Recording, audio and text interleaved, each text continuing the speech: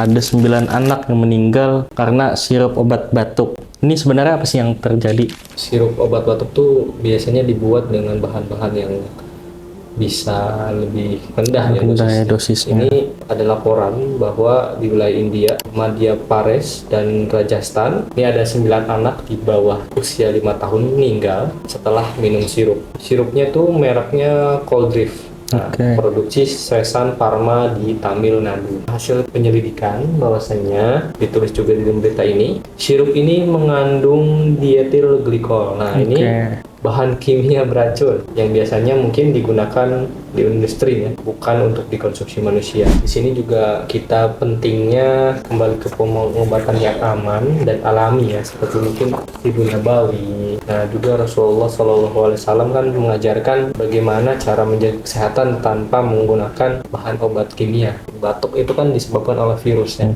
Virus itu biasanya menyerang manusia itu ketika imunitas kita rendah. Ini salah satunya adalah bekam. Bekam itu salah satu metode detoksifikasi alami. Kalau anak atau orang dewasa mengalami gejala seperti batuk, panas, atau gangguan metabolik, bekam bisa membantu mengeluarkan toksin-toksin atau racun-racun pada darah, memperlancar peredaran darah, dan juga menyeimbangkan fungsi organ-organ pada tubuh.